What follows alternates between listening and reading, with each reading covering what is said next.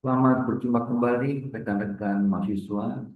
Semoga semua dalam kondisi. Di dalam kesempatan hari ini, saya ingin menyampaikan materi mengenai eh, peluang dan tantangan materi belajar di era digital, di mana materi ini merupakan materi pengayaan daripada eh, kuliah kita di dalam tahap satu ini, dalam sesi satu ini. Semoga layar kita sudah terlihat materi kita. Saya akan pastikan dulu. Oke, ya sudah muncul. Baik, di dalam materi ini kita akan belajar mengenai tantangan dan peluang belajar digital untuk mahasiswa masa kini.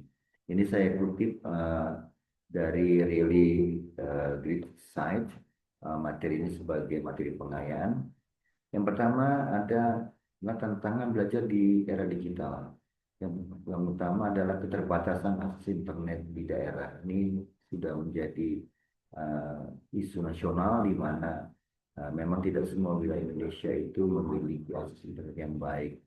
Kemudian distraksi digital saat belajar online. Ini permasalahan juga yang muncul di dalam kita belajar di digital, di mana uh, literasi dan juga akses kesempatan yang tidak merata saat belajar online.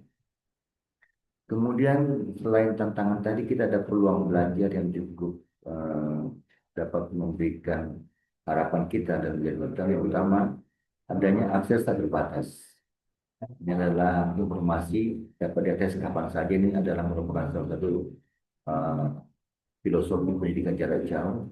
Kemudian pembelajaran yang dipersonalisasikan, ini adalah pembelajaran yang sifatnya belajar mandiri secara individu dapat dilaksanakan dengan cara belajar digital. Kemudian kolaborasi global. Siswa dapat bekerjasama dengan rekan rekan mahasiswa siapa saja di Indonesia contohnya atau kemungkinan di luar Indonesia di dunia dan sifatnya kolaborasi secara online. Di dalam menjelajahi tantangan dan peluang belajar di era juga ada beberapa riset dan data statistik digital di mana dari segi aksesibilitas pendidikan itu adalah 67%. Jadi meningkatkan peluang belajar. Tetapi terkait retensi materi sebesar 40%. Ini memfasilitasi pemahaman lebih baik. Berikut ada tips belajar di efektif di era digital. Yang pertama, bagaimana merencanakan waktu belajar yang konsisten untuk meningkatkan konsentrasi dan prioritas. Ini penting. Jadi teman-teman mahasiswa waktu belajar digital perlu menyusun schedule karena sifatnya fleksibel, waktunya fleksibel, maka harus mengatur jadwal, tapi tidak bisa jadwal itu dibuat dilanggar sendiri, harus betul komit dengan jadwal yang dibuat. Lingkungan ciptakan ruang belajar yang tenang dengan bebas distraksi untuk mendukung fokus Anda.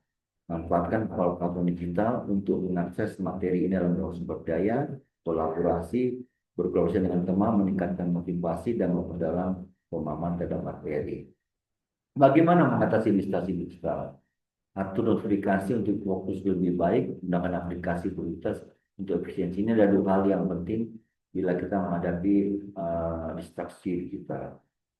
Ada beberapa alat dan aplikasi untuk belajar di era digital, seperti beberapa blog atau juga ada beberapa tools, YouTube, segala macam yang bisa dimanfaatkan di dalam pembelajaran di era digital. Mungkin itu saja yang dapat saya sampaikan. Terima kasih atas uh, perhatiannya. Semoga ini dapat menambah wawasan, penguatan terkait materi kita di dalam perguruan terkait belajar di era digital.